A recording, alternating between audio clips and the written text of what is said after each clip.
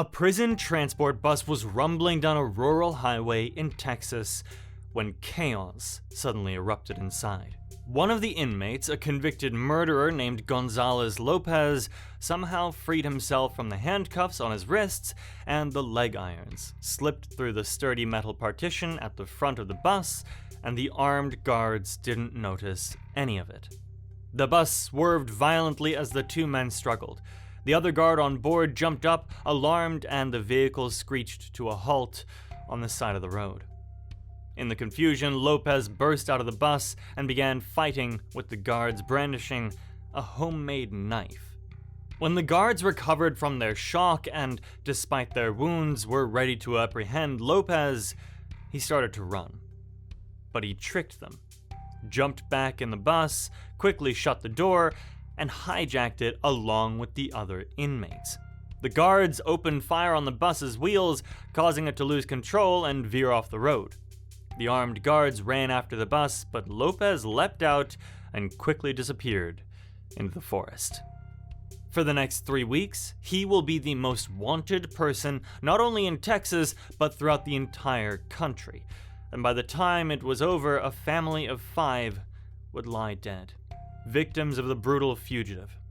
This is the true story of one of the most brazen and horrific prison escapes in history.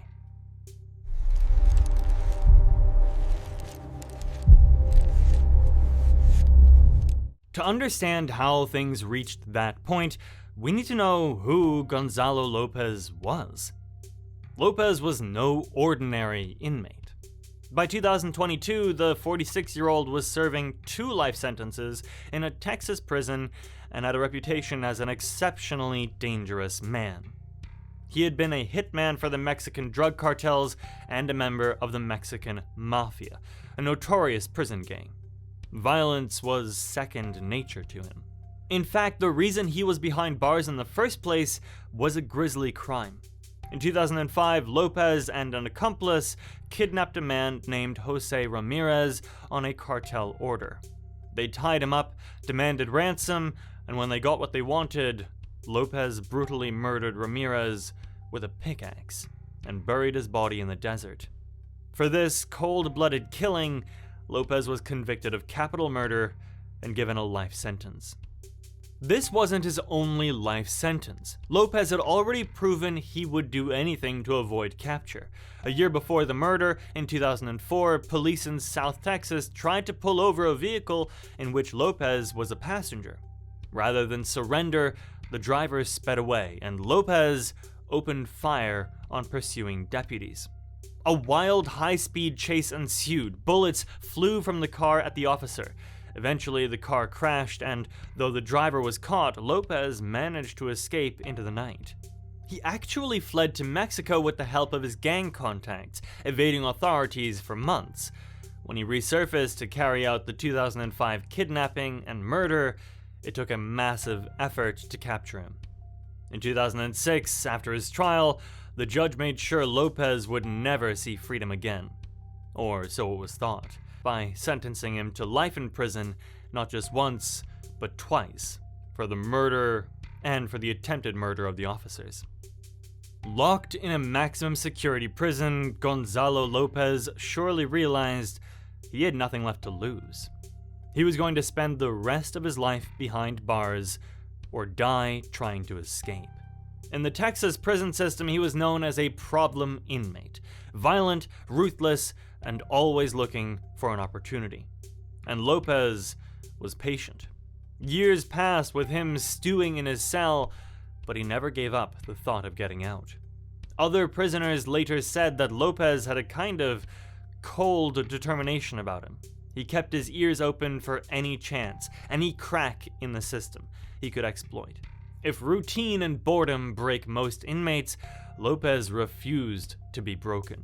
Instead, he quietly prepared for the day he might make a break for it. That day arrived in May 2022.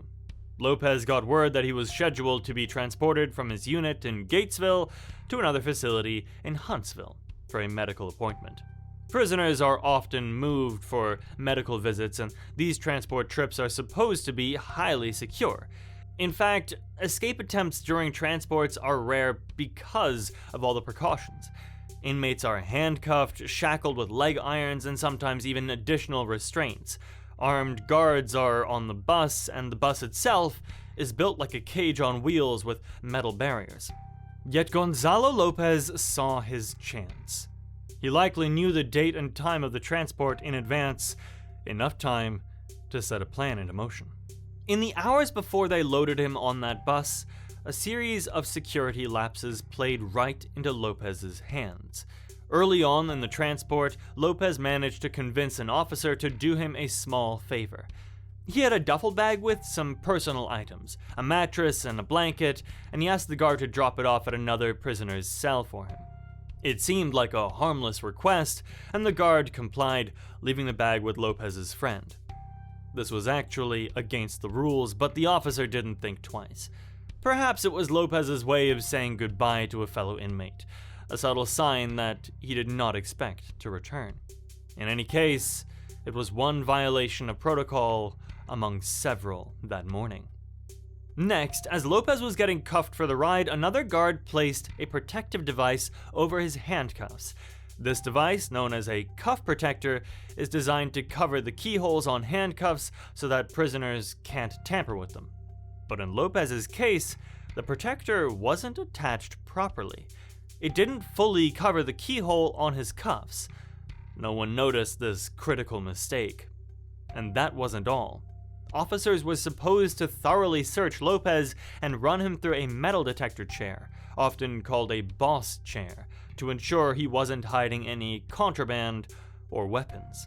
For some reason, they skipped that step.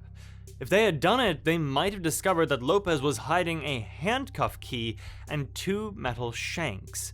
Lopez had either crafted or obtained a small key-like tool that could unlock his cuffs. He had fashioned 2 long, sharpened metal weapons about 8 to 10 inches in length, which he'd tied together with a string to conceal under his clothing. How he managed to hide those on his body without detection is a testament to both his cunning and the guard's negligence. But the result was clear. Gonzalo Lopez boarded the prison bus armed and ready to carry out an escape plan he'd likely been refining for a very long time. Around 11 a.m., the white prison transport bus departed. There were 16 inmates aboard, all bound for various medical appointments, and 2 veteran correctional officers guarding them. Officer Randy Smith was in the driver's seat, and Officer Jimmy Briniger sat in the back of the bus, positioned to watch the prisoners. The inmates were separated from the driver by a solid metal partition, basically a cage wall, with a small door that could be opened only with a key. Lopez was seated in the front section of the inmate area, right near that partition. Outside, the Texas landscape rolled by. Fields, trees, the occasional farmhouse, as the bus headed down Highway 7 in Leon County. Inside, Gonzalo Lopez was quietly setting his daring plan into motion. At some point on that journey, likely when the bus was cruising a relatively lonely stretch of road, Lopez made his move. He spit out the handcuff key he had hidden in his mouth. Carefully, he twisted his wrists and with a quick maneuver, popped open his handcuffs. Now, his hands were free. Because his leg restraints had been improperly fastened, he also managed to slip out of those shackles with relative ease. Incredibly, this dangerous inmate was now unbound, and the guards had no idea. But escaping his restraints was only the first step. The real barrier was a metal partition blocking access to the front of the bus and the driver. Lopez needed to cut through it, and for that, he had smuggled the perfect tools. When he was sure Officer Briniger wasn't looking, Lopez retrieved his hidden weapons. 2 long metal blades he had taped to his waistband under his prison whites. He gripped one in each hand. The edges were crude but sharp. He probably spent weeks sharpening them and preparing them in his cell. Now, he would put them to use. Of course, slicing through a metal door or grating isn't quiet work. It would make noise and likely take time. Lopez needed a distraction, so he enlisted some help. According to later reports, Lopez revealed to the other inmates what he was about to do. He may have flashed a grin as he showed them the shanks and even the little handcuff key between his teeth. The prisoners around him nodded. They were about to witness an escape attempt, and many of them were eager to help create chaos. After all, most inmates shared a silent camaraderie against the guards, and causing trouble for the officers can feel like a small victory, even if they're not the ones escaping. It started with a low commotion. A few inmates began to sing and rap loudly, pounding their feet and fists against the bus floor and walls. Others joined in, clanging their shackles, hollering nonsense, anything to create a racket. The noise echoed inside the metal bus, almost like a riot was about to break out. Officer Bruniger, sitting at the back, could hear the uproar and see prisoners acting rowdy, but with so many of them making noise and jostling, he did not notice Lopez, hunched near the front, diligently sawing away at the partition.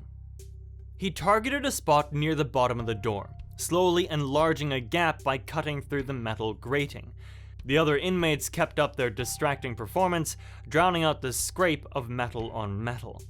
The hot midday sun beat down on the bus's roof as it kept moving along its route, and still, Lopez kept cutting, patiently, relentlessly. One can only imagine his state of mind, adrenaline pumping, heart pounding, yet forcing himself to stay steady. This was his one shot at freedom, and he was taking it. What's surprising in this case is that, apart from the guard at the rear of the bus, the driver didn't hear any noise either, although that could be chalked up to him being busy driving the bus. Lopez had carved a hole just big enough to squeeze through. Now, he had to move. Fast. Timing was everything. They were on Highway 7 near the small town of Centerville, Texas, and there weren't many people or cars around. If he was going to make a move, this was the place. With his weapons in hand, Lopez slid through the opening into the driver's compartment. In a flash, he was at Officer Smith's side, brandishing a blade. Before the driver could fully react, Lopez stabbed him in the chest and hand, a sudden explosive attack. Smith cried out in pain and tried to wrestle the knife away. The bus lurched wildly as his grip on the steering wheel wavered. Startled, Officer Bruniger at the back shouted and ran up the aisle to help his partner, not yet realizing that the prisoner was Lopez, free from his chains. The bus skidded and came to a stop partially off the road. Now the fight was on. Officer Bruniger tackled Lopez, and all three men, the two officers and the escaped inmate, tumbled out the bus door onto the dirt beside the highway. A passing driver might have been shocked to see this scene. A prison bus pulled over and a brawl unfolding on the roadside. One officer bleeding, another grappling with a prisoner in a white jumpsuit. Smith, though injured, joined Bruniger in trying to subdue Lopez. It was 2 against 1, but Lopez fought with ferocity, slashing with his knife.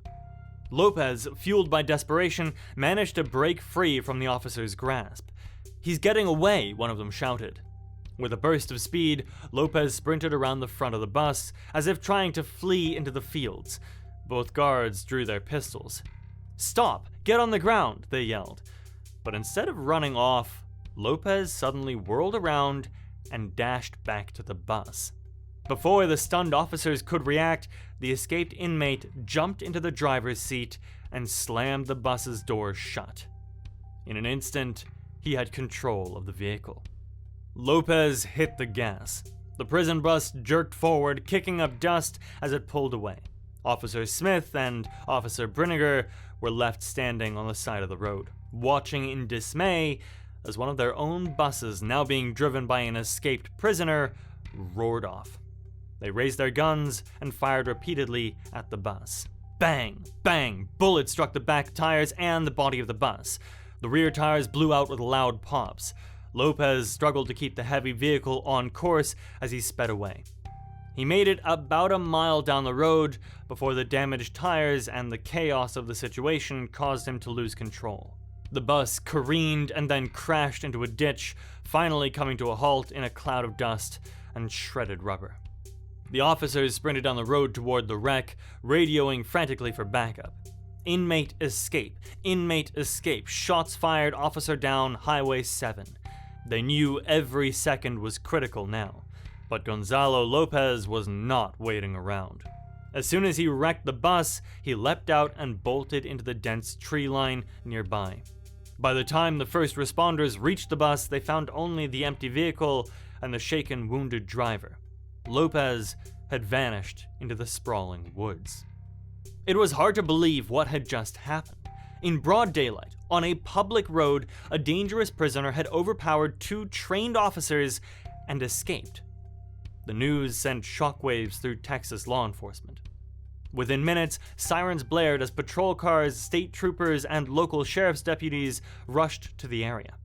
A perimeter was set up in the rural part of Leon County near Centerville, and officers with rifles and tracking dogs fanned out into the woods.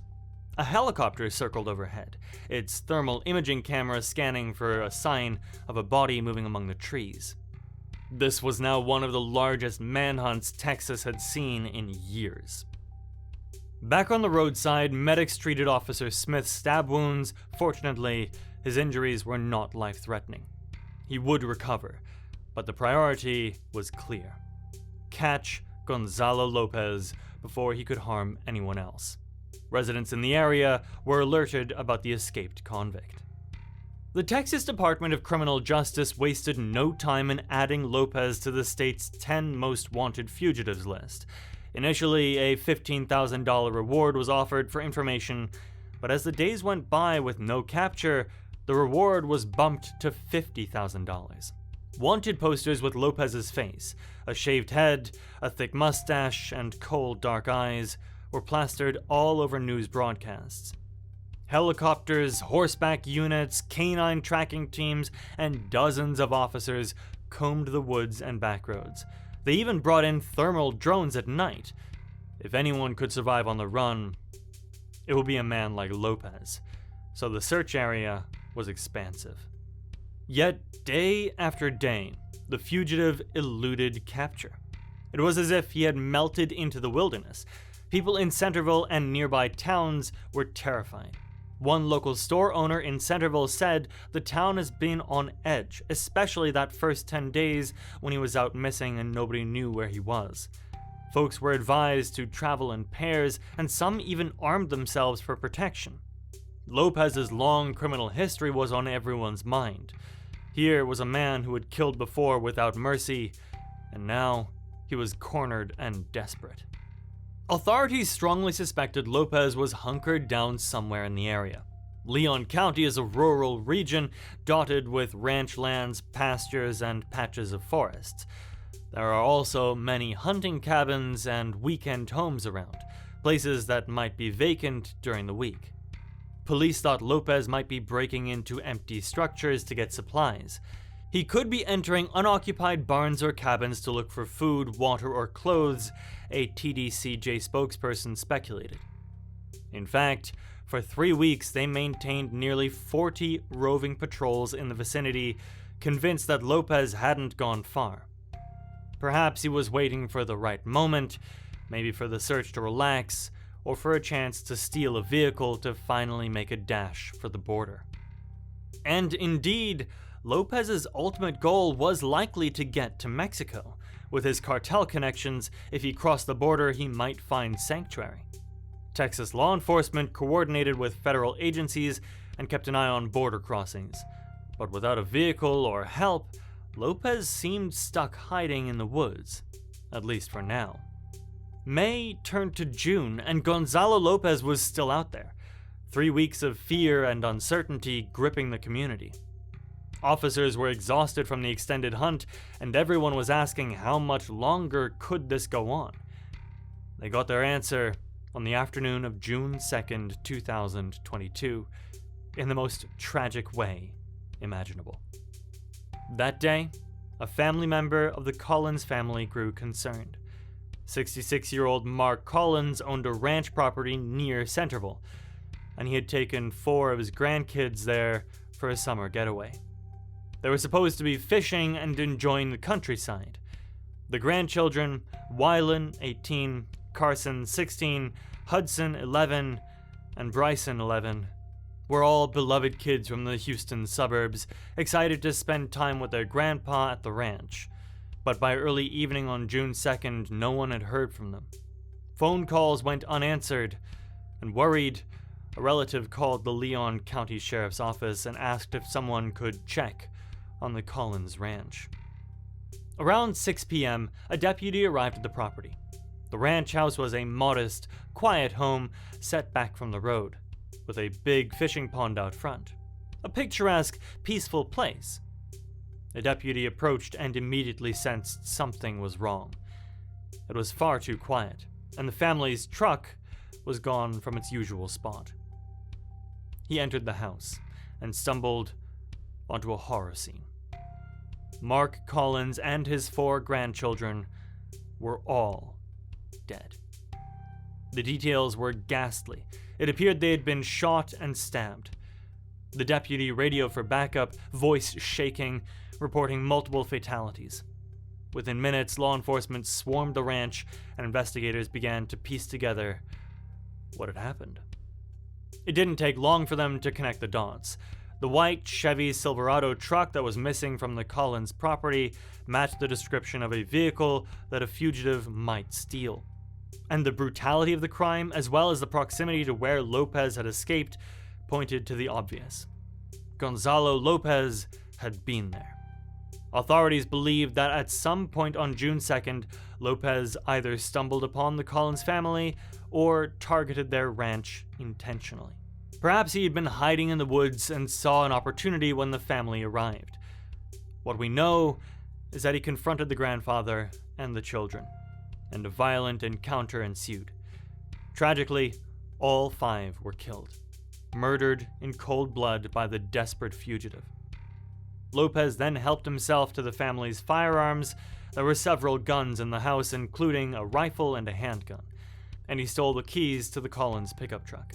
Now, at last, he had what he needed to make a run for it: a vehicle.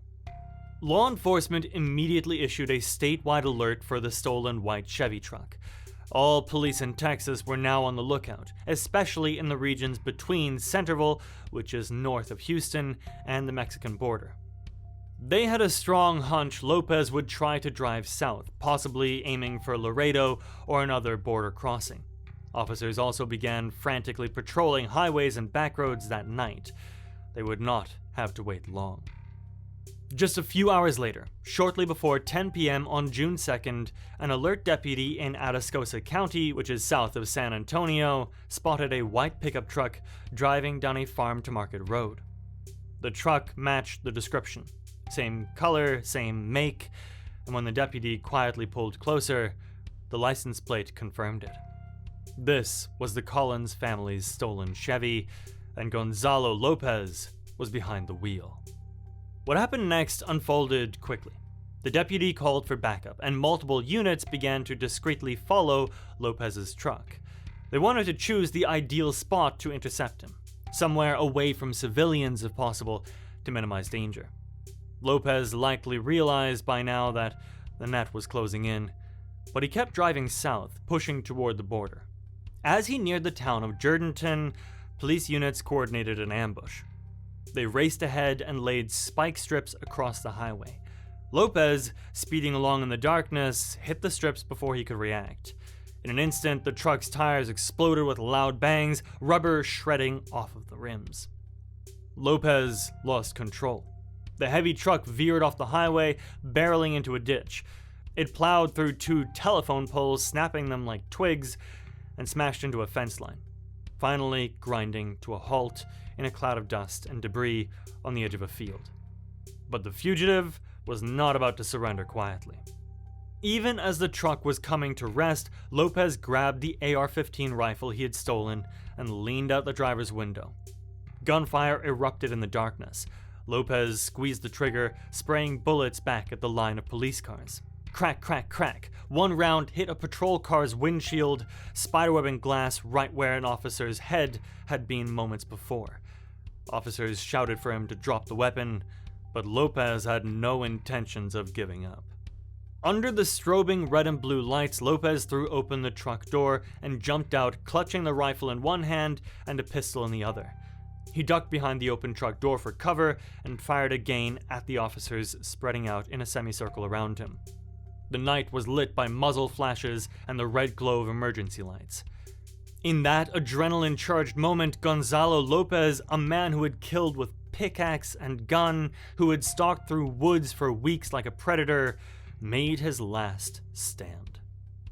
The officers, however, were disciplined and had him vastly outnumbered. As bullets whizzed past them, they returned fire with precise force. A barrage of shots tore into the truck and the area around it. Lopez was hit multiple times. He collapsed to the ground, dropping his weapons, as the firefight came to an abrupt end. "Cease fire! Cease fire!" someone shouted. Then silence, except for the crackle of police radios and the ringing echo of gunshots fading in the distance. Officers cautiously approached the downed suspect, weapons trained on him in case of any movement. But Gonzalo Lopez was fatally shot. Within a few minutes, EMTs confirmed that the fugitive had died at the scene. It was finally over. In the darkness of that South Texas night, under the gaze of stars and police helicopters, the most wanted man in Texas lay motionless, ending the terrifying saga that he had unleashed. Remarkably, no law enforcement officers were injured in the shootout. They had taken down Lopez without suffering a single casualty themselves. As the news broke, a mix of relief and sorrow washed over everyone involved. Relief that Lopez could no longer threaten or harm anyone, but profound sorrow for the family whose lives had been cut so short that day. In the aftermath, there was a lot of soul-searching and anger directed at the Texas prison system. How, people asked, could this have happened? How could a high-risk inmate like Gonzalo Lopez have managed to free himself on a bus, get away from trained officers, and ultimately cause such devastation? The Texas Department of Criminal Justice, TDCJ, convened a serious incident review and also brought in outside experts to investigate the escape. The findings were damning. They listed numerous failures and lapses that enabled Lopez's breakout. The officers had not properly strip-searched Lopez. They hadn't used the metal detector chair that could have discovered the weapons. The handcuff restraints were applied incorrectly, allowing him to manipulate the lock, and the guards even left the inmates unattended at one point, violating procedure and giving Lopez the window he needed to begin with his escape. Essentially, if even one of these mistakes had been avoided, Lopez's plan might have been foiled. The fact is that if one of these actions was followed in compliance with existing policy, it is likely that the escape could have been prevented, an independent review noted bluntly. The TDCJ's director publicly vowed to make sweeping changes. They suspended prisoner transports in the immediate aftermath until they could tighten security procedures. New rules were proposed, such as not informing inmates of transport dates in advance to prevent them from planning escapes, stricter searches, using more effective cuff restraints, and ensuring two officers never leave prisoners unsupervised. The agency also examined how Lopez had managed to get those contraband items. It was a wake-up call to improve mail screening and to pay attention when an inmate is trying to get unusual materials, like Lopez's attempt to order books on survival and weapon making, a big red flag that was missed. For the community and the Collins family's loved ones, the changes came too late. The story of Gonzalo Lopez's escape and violent rampage stands as a tragic example of what can go wrong when someone extremely dangerous finds a crack in the system. If you enjoyed this Prison Break case, check out the channel. There you'll find many great stories just like this one. If you like what you see, please subscribe. I'd be very grateful, and I'll catch you next time.